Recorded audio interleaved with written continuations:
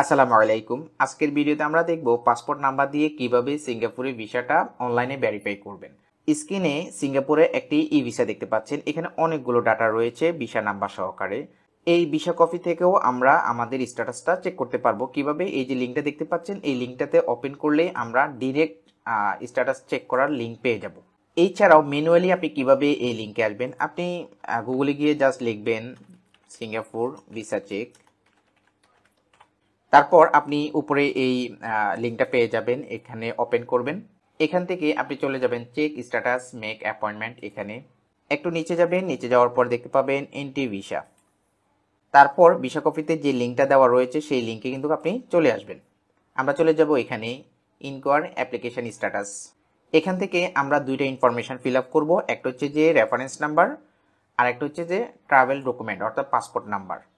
এখানে লিখতে হবে রেফারেন্স নাম্বার আর এখানে লিখতে হবে ট্রাভেল ডকুমেন্ট নাম্বার। তারপর I am not a robot এখানে চেক মার্ক করব।